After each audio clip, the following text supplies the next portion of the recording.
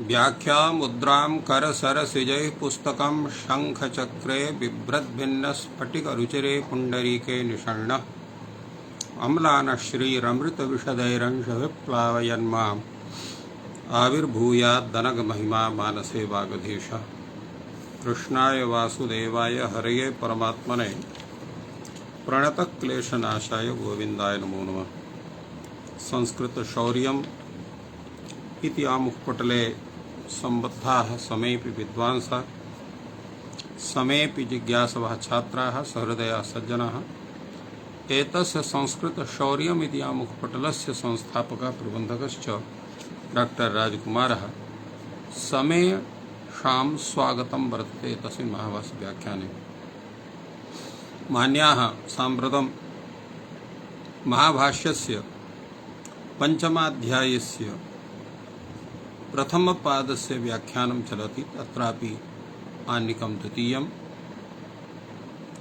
पूर्वदिने पंक्ति 20, 30, 40, 50, 60, 70, 90 शतम् इति सूत्रस्य व्याख्यानं पूर्णतां गतम्। अद्य छेदादिभ्यः नित्यम् इति सूत्रम् अथ च पन्थोणनित्यम् इति सूत्रद्वयम् आदाय भाष्यकारः एतत्र व्याख्यानं स्वीयं भाष्यरूपं प्रस्तौति।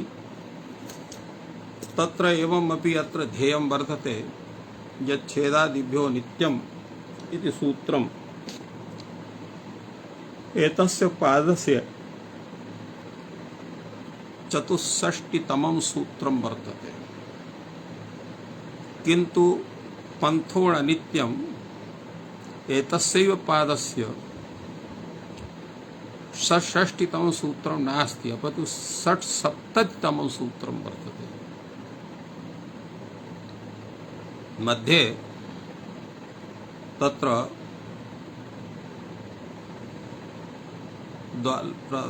द्वादश सूत्राणां तत्र व्यवधानं वर्तते। अत्र काशिकाकारः छेदादिभ्यो नित्यम् अथ च पन्थोण नित्यम् इति सूत्रविषये किं विचारेति तावत् पूर्वं वयं विचारयामः। छेदादिभ्यो नित्यम् इति सूत्रविषये काशिकाकारः कथयति अत्र नित्यग्रहणं प्रत्ययार्थ विशेषणम् अर्थात् प्रत्ययः नित्यं भवति। छेदादि गणपठिताः प्रकृतयः वर्तन्ते, तेन छेदादिगणपठितेभ्यः प्रातिपदिकेभ्यः द्वितीयान्तेभ्यः नित्यम् अर्हति इत्येतस्मिन् अर्थे अत्र यथा विहितं प्रत्ययो भवति। छेदं नित्यम् अर्हति इति छैदिकः अत्र ठञ् प्रत्यये कृते सति छैदिकः इति रूपम् एवं वैदिकः इति रूपं भवति। अत्र छेद भेद द्रोह दोह वर्त कर्ष संप्रयोग विप्रयोग प्रेषण संप्रश्न विप्रकर्ष एतानि अत्र छेदादिगण पठितानि पदानि वर्तन्ते। अत्रैव एकं गणसूत्रम् अपि अस्ति विराग विरंगं च, तस्य वैरंगिकः इति प्रयोगः अत्र उदाहृतः वर्तते। एवं पन्थोणनित्यम् इति सूत्रे काशिकाकारः कथयति नित्यग्रहणं प्रत्ययार्थविशेषणं तथा पन्थ इत्ययम् आदेशः भवति, णश्च प्रत्ययः भवति, नित्यं गच्छति इत्येतस्मिन् अर्थे विषये। यथा पन्थानं नित्यं गच्छति, पान्थः भिक्षां याचते एवं रूपेण अत्र प्रयोगः दर्शितः। नित्यम् इति किं पथिकः एवं व्याख्यानम् एतस्य सूत्रद्वयस्य काशिकाग्रन्थे विद्यते। भाष्यकारः अत्र सूत्रद्वयम् आदाय वक्ति। छेदादि पथिभ्यः विग्रह दर्शनात् नित्य ग्रहणानर्थक्यम्। यतोहि सूत्रद्वये नित्यम् इति पदं वर्तते। छेदादिभ्यो नित्यं पंथोणा नित्यम्। अत्र छेदादि गणपठिते छेदादिभ्यो नित्यम् इति सूत्रे पंथोणा नित्यम् इति च सूत्रे अत्र नित्यग्रहणम् अनर्थकं वर्तते। कथमिति किं कारणम् अनर्थकं वर्तते? विग्रह दर्शनात्। विग्रह यथा वर्तते तेन रीत्या अत्र नित्यग्रहणम् अनर्थकं वर्तते। कथं? विग्रहो दृश्यते छेदम् अर्हति पंथानं गच्छति।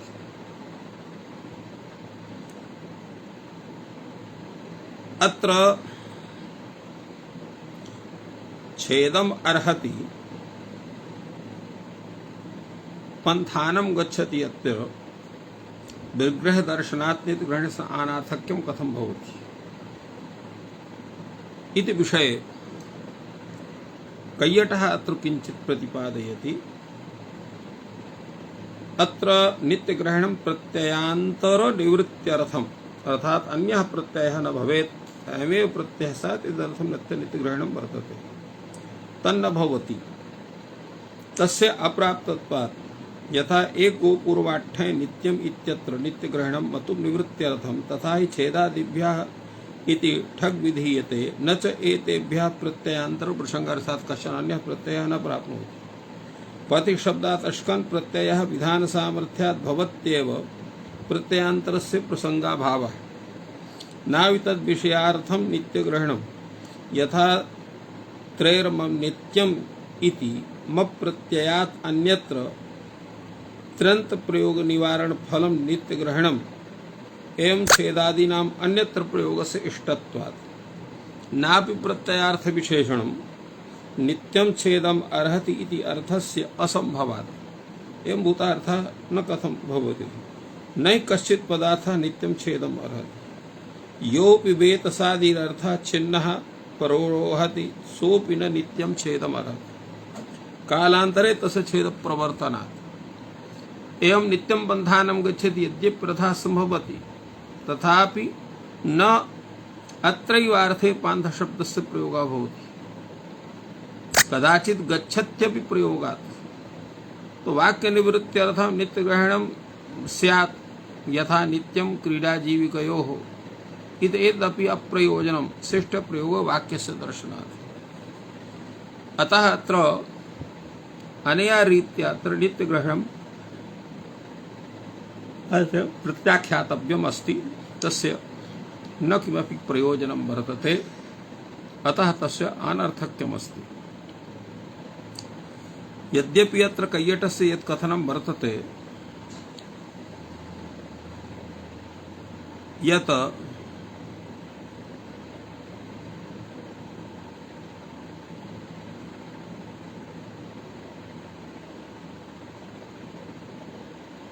अत्र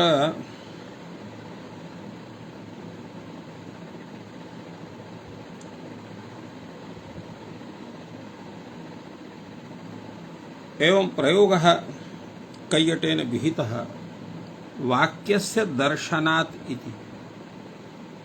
वाक्यस्य दर्शनात् इति प्रयोगः अयं वर्तते।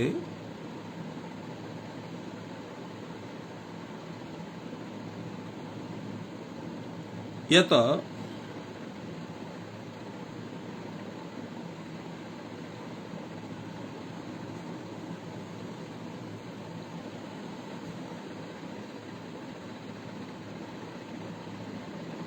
अत्र शिष्ट प्रयोग वाक्यस्य दर्शनात् इति अंतिमा पंक्तिः वर्तते कैयट ग्रन्थस्य। अत्र तद्विषये नागेशः कथयति न च नित्यं कौटिल्ये गतौ इत्यत्र यथा अर्थान्तर निवृत्त्यर्थं नित्यग्रहणं वृत्तिमते तथा यहापि स्यादिति वाच्यम् अन्तः अर्थान्तरेऽपि छेदादिभ्यः आर्हीय प्रत्येष्टेः इति बोध्यम् इति अत्र शंकाम उत्थापितवान् पूर्वं नित्यं कौटिल्ये गतौ इत्यत्र यथा अर्थान्तरनिवृत्त्यर्थं नित्यग्रहणं वर्तते वृत्तिमति तथा यह अपि अर्थान्तरनिवृत्त्यर्थं स्यात् या प्रत्यांतरनिवृत्त्यर्थं स्यात्।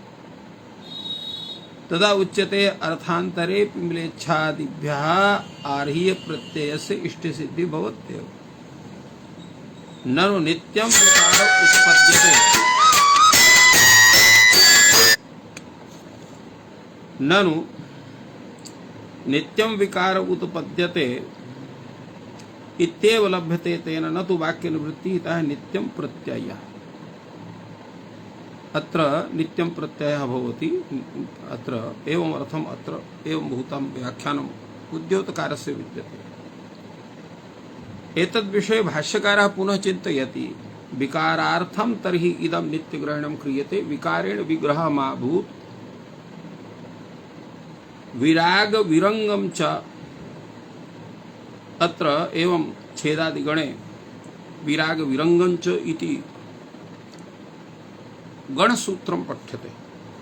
तो विकारार्थम तर्हि इदं नित्यग्रहणम् अर्थात् विकारार्थे विग्रहो माभूत् एतदर्थं नित्यग्रहणं कृतं वर्तते। नित्यग्रहणं विकारेण संबध्यते। विरंगादेशः पंथादेशस्य नित्यं प्रत्यय विषयो भवतः न तु ताभ्यां वाक्यं कर्तव्यम् अन्यथा तयोः साधुत्वं सर्वविषयम् इत्याशंकेत। प्रत्यय विधानं तु अन्वाचीयमान विज्ञायेत विज्ञायत इति एवं रूपेण अत्र एतस्य तात्पर्यं कैयटः आह। अत्र विकारेण विग्रहमाभूते विकारार्थम् अत्र नित्यग्रहणं यत् कृतं वर्तते तद्विषये भाष्यकारः पूर्वं ततः पूर्वं तत्र वृत्तिकारः वदति विकारार्थमिति चेत् अकङ्गादिभिः तुल्यं। विकारार्थमिति चेत् अकङ्गादिभिः तुल्यमेतम्।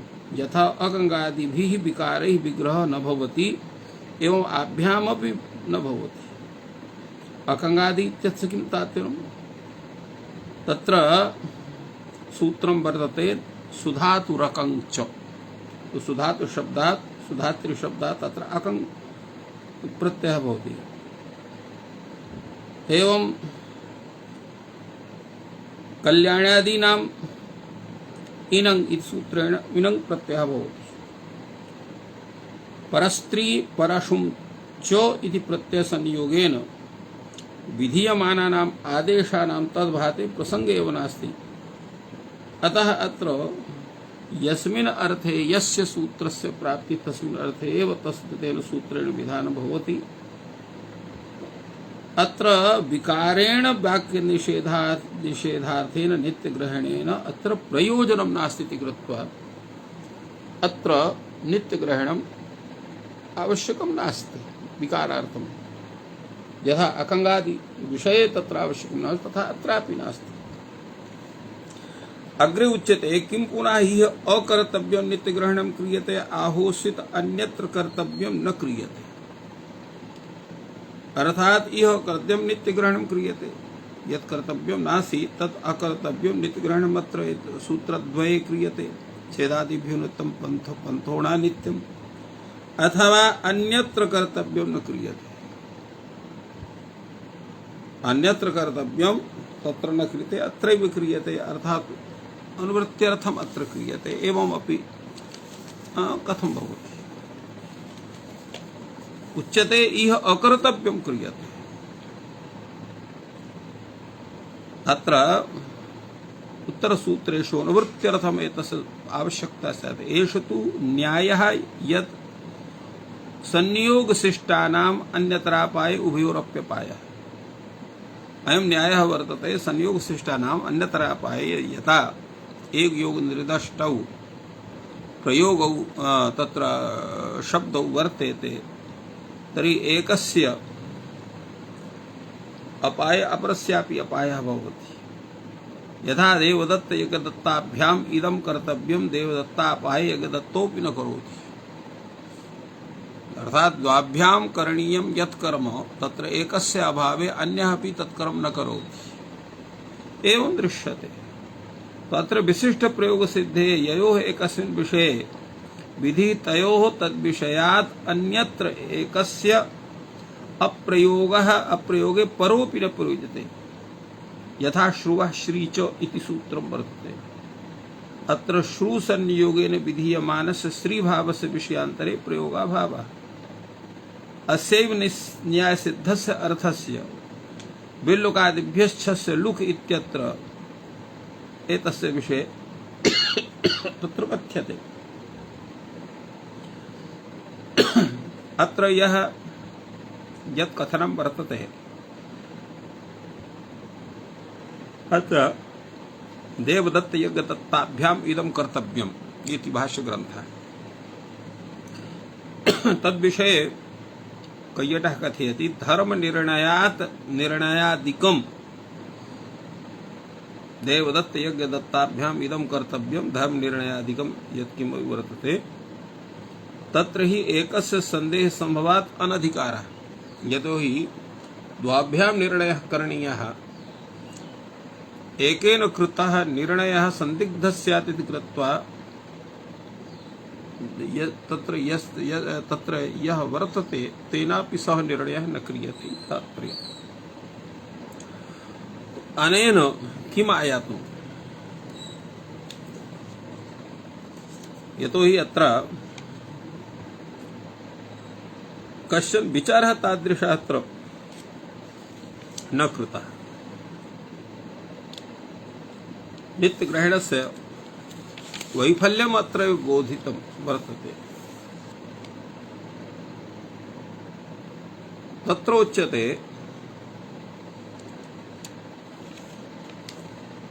यत् यद्यपि नित्यग्रहणम् अत्र तद्रीत्या प्रत्याख्यातं वर्तते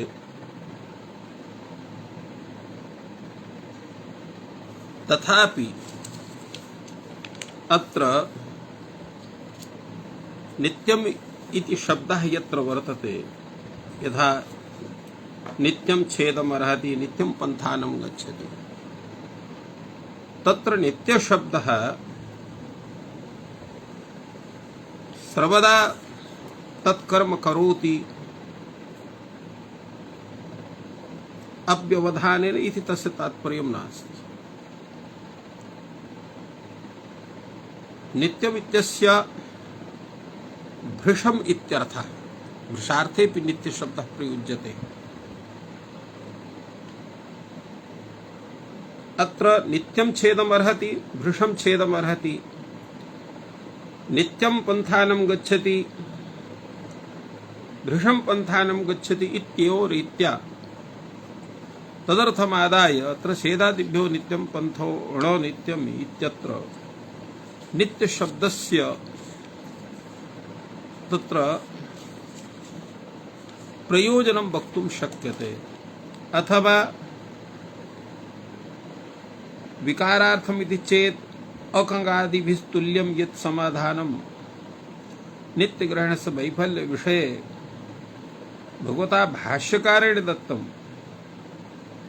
तदा तद्रीत्या विचारः क्रियते चेत् तर्हि अत्र नित्यग्रहणं स्पष्टार्थम् अत्र दत्तम् इति वक्तुं शक्यते।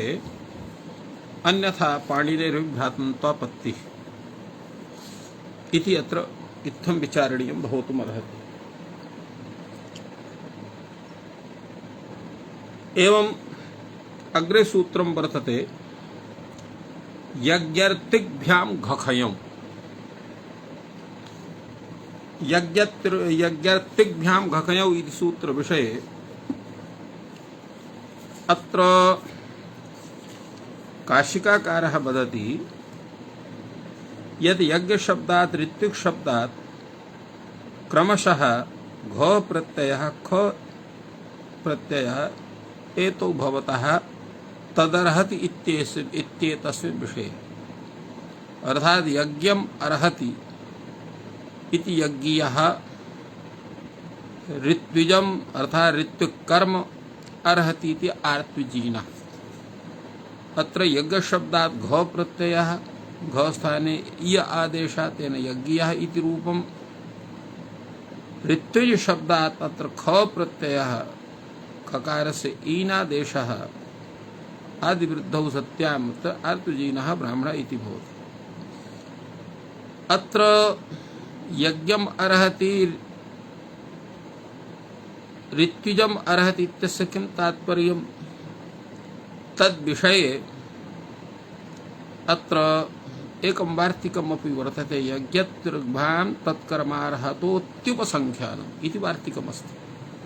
अर्थात यज्ञम अर्हति यज्ञकर्म अर्हति, ऋत्विजम अर्हति ऋत्विकर्म अर्हति इति एवं यज्ञम अर्हति ऋत्विजम अर्हति इति विग्रहे याज्ञियः ब्राह्मणः अतिजीनः ब्राह्मणः इत्यपि भवति। यज्ञत्रुभां तत्कर्मार्हतो कर्मार्हता कर्म अर्हति इत्युपसंख्यान इति विषये यज्ञकर्म अर्हति यज्ञियो देशः ऋत्विकर्म अर्हति आर्तजीनं ब्राह्मणकुलम् इत्यत्रापि भवति एवं चिन्तितमस्ति। आर्हीयाणां ठगादीनां पूर्णः अविधिः अतः परं प्राग्वतीय ठय एव भवति। अर्थात आरंभात् अत्र यज्ञर्तिभ्यां गखयौ इति यावत् अत्र ठक् प्रत्ययस्य व्यवहारः आसीत्, अतः परं ठय प्रत्ययस्य व्यवहारः भवति इति एव रूपेण अत्र काशिकाकारः अत्र व्याख्याति। अग्रे तावत् भाष्यग्रन्थः एतस्मिन् विषये विद्यते। तद्वार्तिकमेव यस्य वार्तिकस्य चिन्तनं काशिकाकारेण विहितं वर्तते। यज्ञत्रुभां तत्कर्म अर्हति इत्युपसंख्यानम् अर्थात यज्ञ शब्दात् ऋत्विक शब्दात् तत्कर्महति कर्म अर्हति इति विषये अत्र क्रमशः घ प्रत्ययः ख्वय इति प्रत्ययौ भवतः यज्ञ कर्म अर्हति यज्ञियो देशः ऋत्विक कर्म अर्हति इति आर्तजीनं ब्राह्मणकुलम् इति एवं वर्तते। अत्र कैयटस्यापि किञ्चित् व्याख्यानं वर्तते। तत्कर्म अर्हति इति ननु वृत्ति विषये यज्ञार्थ व्यापारे यज्ञ शब्दस्य वृत्त्या सिद्धा सूत्रेणैव प्रत्ययः यथा मृदंग वादन वृत्तेः मृदंग शब्दात् ठक् प्रत्ययः मार्दंगिकः नहि तदस्ति तत्र हि गौणार्थ वृत्तिभ्यः एव प्रत्याहिष्यते न तु मुख्यार्थ वृत्तिभ्यः। ततश्च गौण मुख्य परिभाषा तत्र नाश्रिते। यह तो यश्च यज्ञम अर्हति यश्च तत्कर्म अर्हति तयोरपि प्रत्याहिष्यते। अर्थात तत्र भिन्ना स्थिति वर्तते। ये तो यश्च यज्ञम अर्हति यश्च तत्कर्म अर्हति तयोरपि प्रत्याहिष्यते। तत्र मुख्यार्थ संभवे गौण परिग्रहणस्य अन्यायत्वात् सूत्रेण न सिद्ध्यति। अतः अत्र वार्तिककारेण एतद् वार्तिकम् अत्र आरब्धम्। ननु यः देशः यज्ञकर्मार्हति स यज्ञकर्म अर्हति नार्थः वार्तिकारम्भेण इत्यपि आशंकनं वर्तते कस्यचित्। तदा उच्यते एवं नास्ति। यस्य यज्ञे अधिकारः स यज्ञम् अर्हति अधिकारश्च कर्तुः अर्थिनः विदुषः शास्त्रेण पर्युदस्तस्य न तु देशादेह वर्तते। तस्य तु योग्यत्वात् यज्ञार्थ व्यापारार्हार्थम् उच्यते। एवं रूपेण अत्र नागकैयटः एतस्य व्याख्यानं कृतवान्। अग्रे तावत् सूत्रमस्ति पारायण तुरायण चान्द्रायणं वर्तयति इति सूत्रं वर्तते। अर्थात् तत्र प्रथमान्तात् द्वितीयान्तात् पारायण तुरायण चान्द्रायण इति शब्दात् अत्र वर्तयति इत्यर्थे। द्वितीयान्तात् पारायण तुरायण चान्द्रायण इति शब्दात् वर्तयति इत्यस्मिन् अर्थे ठय प्रत्ययः भवति। पारायणं वर्तयति अधीते पारायणिकः छात्रः तुरायणम् अधीते वर्तयति इति तौरायणिकः यजमानः एवं चान्द्रायणं वर्तयति इति चान्द्रणिकः तपस्वी। तो एवं एतस्य उदाहरणानि यत्र आगतानि। संशय शब्दात् द्वितीया सामर्थ्यात् आपन्नः इत्येतस्मिन् अर्थे ठय प्रत्ययः भवति। संशय शब्दात् द्वितीयान्तात् संशय शब्दात् आपन्नः इत्यस्मिन् अर्थेऽपि अत्र ठय प्रत्ययः भवति। संशयम् आपन्नः प्राप्तः सांशयिकः स्थाणुः तो एवं एतस्य सूत्रस्य अत्र व्यवहारः जाता है। संशयमापन्न इति सूत्रं तु पृथक् वर्तते, किन्तु अत्र तेन रूपेण एतस्यापि अत्र विचारः कृतः वर्तते काशिका ग्रन्थे। भाष्य ग्रन्थः केवलं पारायण तुरायण चान्द्रायणं वर्तते इत्यत्रैव अस्ति। अत्र भाष्यकारः विचारयति तद् वर्तयति इति अनिर्देशः, अगमको निर्देशः तद् वर्तयति अनिर्देशः वर्तते। अनिर्देशः अर्थात तद् वर्तयति इति अनिर्देशः, अगमकः निर्देशः अनिर्देशः। अनिर्देश शब्द से अर्थ न निर्देश अनिर्देश एवं नास्ति, अपितु अगमकः निर्देशः इति अनिर्देशः। किं तात्पर्यम् एतस्य?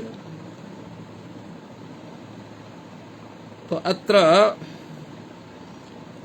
प्रश्नः भवति, यथा अत्र व्यवहारः विग्रहः दर्शितः, पारायणं वर्तयति, तुरायणं वर्तयति, चन्द्रायणं वर्तयति इत्यादि एवं भूतानि उदाहरणानि तेषाम् एते विग्रहाः अत्र कृताः वर्तन्ते। ततः प्रश्नः भवति, पारायणं को वर्तयति? उच्यते यः परस्य करोति। परस्य करोति अर्थात शिष्येण तत्र पारायणं कारयति। तो परस्य करोति, शिष्यस्य करोति। तुरायणं को वर्तयति यश्च पुरोडाशात् निवर्तयति। पुरोडाशः भवति यागे कर्मणि, तत्र तस्य उपयोगः जायते। यश्च पुरोडाशात् निवर्तयति, यच्चरुः चरु पुरोडाशात् निवर्तयति स तुरायणं वर्तयति। तत्र अदर्शनात् न च तत्र प्रत्ययो दृश्यते। अतः यज्ञ विशेषम ऋत्विगेव सव्यापारत्वात् निष्पादयेत् तत्कार्यम्। यजमानः केवलं मौनम् आधाय तत्र धृत्वा वर्तते। एवं अत्र पारायणं वर्तयति इत्यर्थे, तुरायणं वर्तयति इत्यर्थे अत्र प्रत्ययः भवति। कः प्रत्ययः भवति? ठय प्रत्ययः भवति। तेन पारायणिकः, तौरायणिकः एवं चान्द्रायणिकः इति प्रयोगाः भवन्ति। अत्र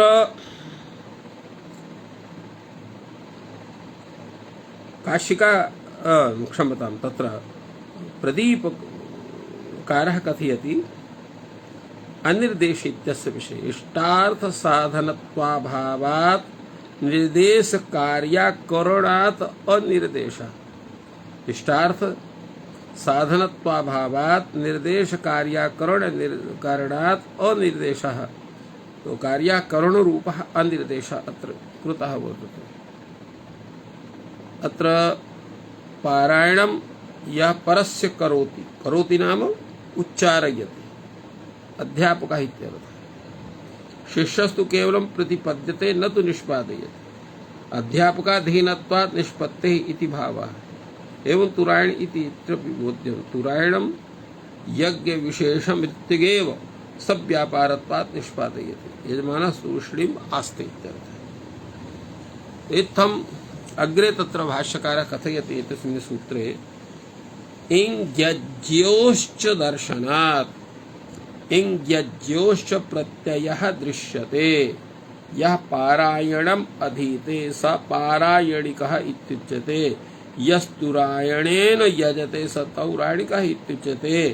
यश्चैव अधीते यश्च परस्य करोति उभौ तौ पर्यवर्तयत। अर्थात यश्चैव अधीते यश्च परस्य करोति, तो उभौ अपि तत्र तौ वर्तयेयं। यस्य यजते यस्य पुरोधा निर्वर्तते उभौ तौ वर्तयतः। उभयोः अत्र वर्तनं भवति।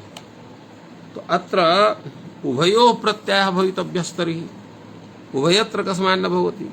उच्यते अनभिधानात् न भवति। अर्थात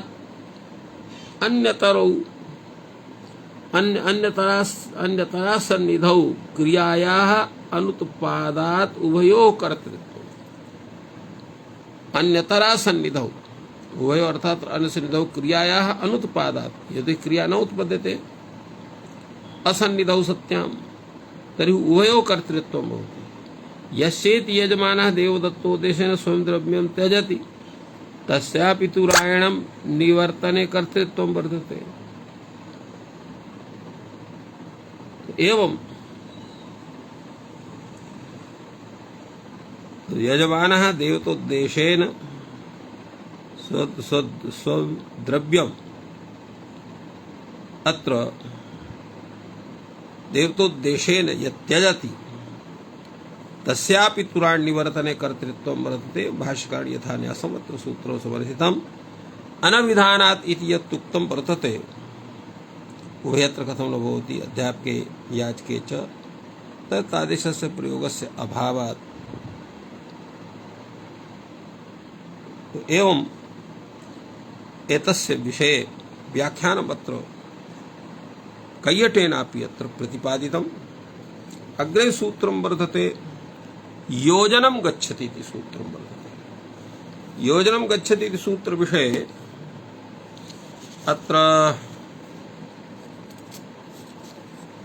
प्रतिपादयति काशिकाकारः योजन शब्दात् द्वितीयान्तात् गच्छति इत्यस्मिन् अर्थे ठय प्रत्ययः भवति योजनं गच्छति इति यौजनिकः अत्रापि योजनं गच्छति इति क्रोश शत योजन शतयो रूपस्थानं रूपसंख्यानं योजनं गच्छति क्रोश शत योजनं योजन शतयो उपसंख्यानं अर्थात् क्रोश शतं गच्छति योजन शतं गच्छति एवं रूपेण अत्र प्रयोगः करणीयः तेन क्रोश शतं गच्छति क्रौशतिका योजन शतं गच्छति योजन शतिका इत्येवं प्रयोगो भवतः ततः अभिगमनम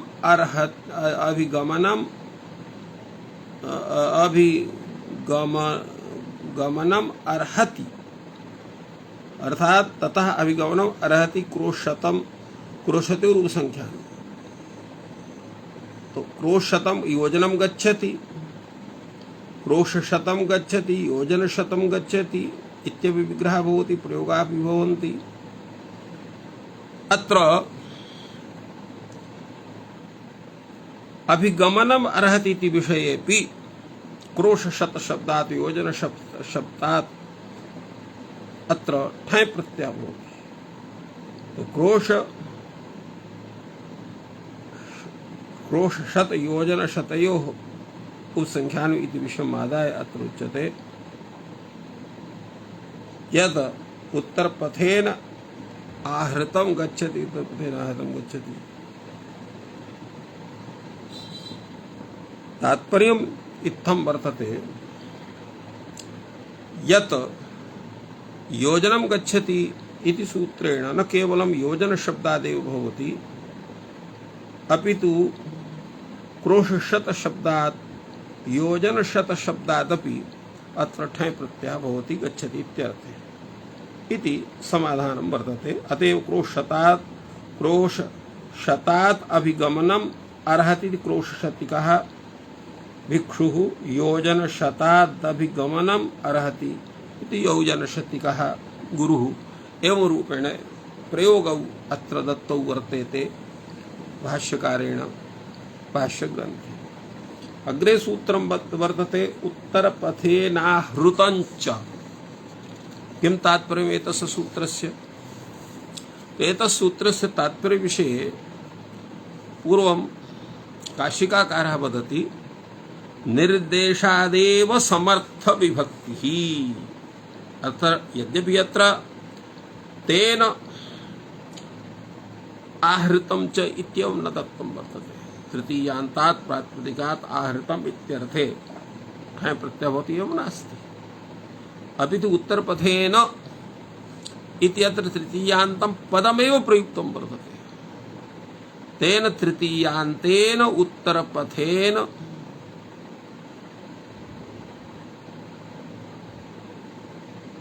अत्र आहृतम् इत्यस्मिन् विषये ठय प्रत्ययः भवति चकारः प्रत्ययार्थं अनु अत्र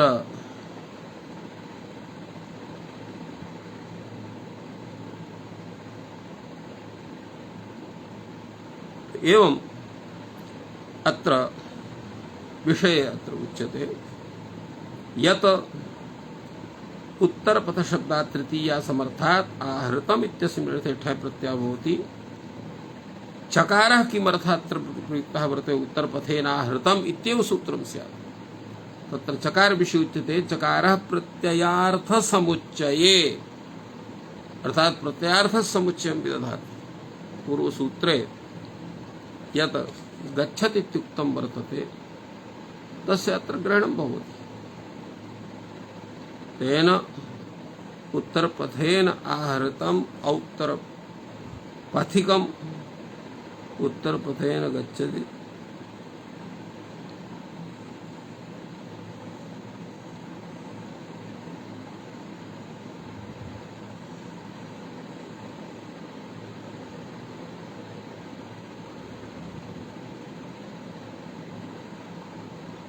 अग्रे तावत् उच्यते अत्रापि तृतीयैव समर्थ विभक्ति। अत्र तृतीयान्तं पदमेव समर्थ विभक्तित्वेन उच्यते। उत्तरपथेन आहृतम् औत्तरपथिकम् उत्तरपथेन गच्छति औत्तरपथिकः। तत्र अर्थद्वयम् अत्र गृहीतं भवति। आहृतम् इत्यपि चकारात् गच्छति इत्यपि। तेन उत्तरपथेन आहृतम् औत्तरपथिकम् उत्तरपथेन गच्छति औत्तरपथिकः इति रूपद्वयं जायते। अग्रे तावत् अत्र एकं वार्तिकम् उपन्यस्तं काशिकाकारेण आहृत प्रकरणे वारि जंगल स्थल कांतार पूर्वपदादुपसंख्यानम्। अर्थात अत्र आहृत प्रकरणे वारिज शब्दः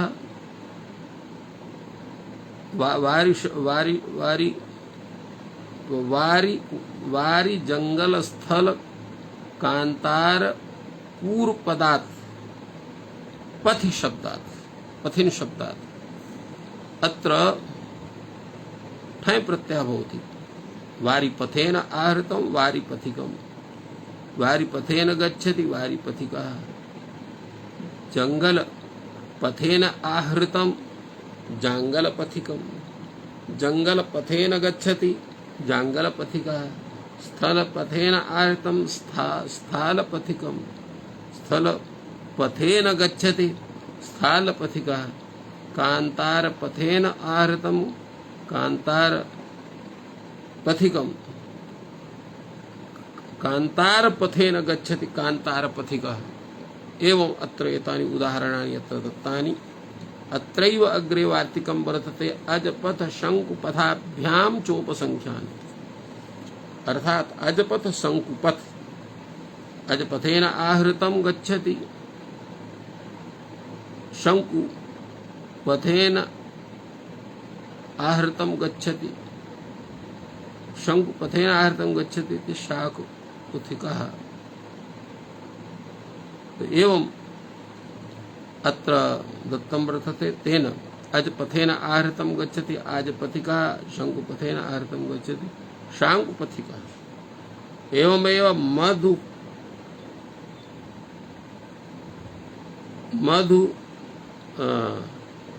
मधुक शब्दात् एवं मरीच शब्दात् अपि कार्यं भवति। तेन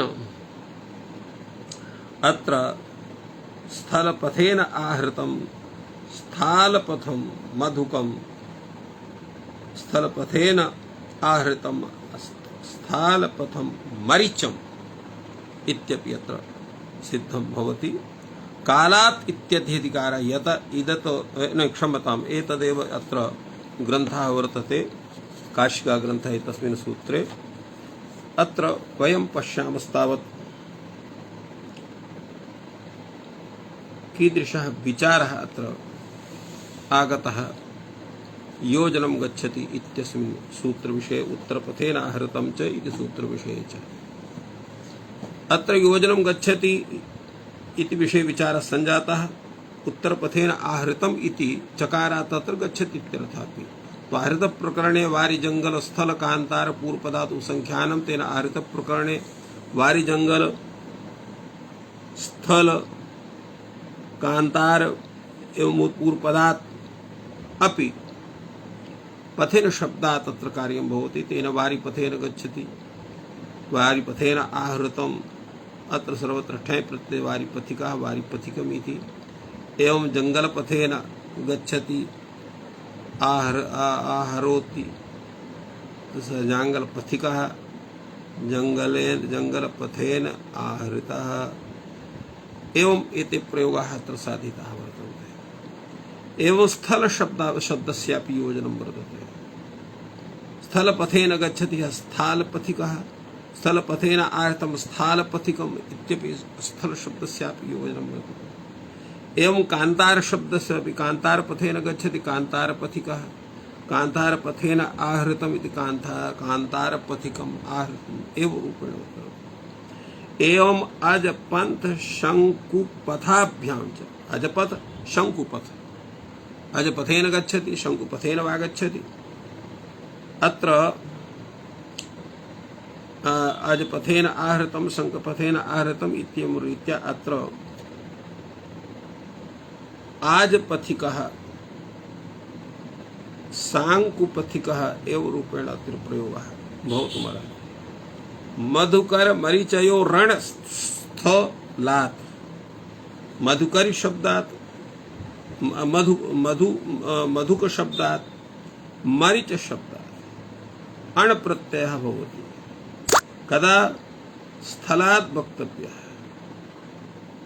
और स्थल शब्दस्यापि तत्र ग्रहणं भवति, किन्तु अत्र स्थलवत् शब्दस्य यद् ग्रहणं तत् एवं अत्र मधुकार्थे स्थलपथ शब्देन अत्र प्रत्ययः भवति। स्थलपथं मधुकम्, अत्र स्थालपथं मधुकम् अण प्रत्ययः भवति। स्थलपथेन गच्छति कि स्थालपथं मधुकं स्थालपथं मरीचम्। एवं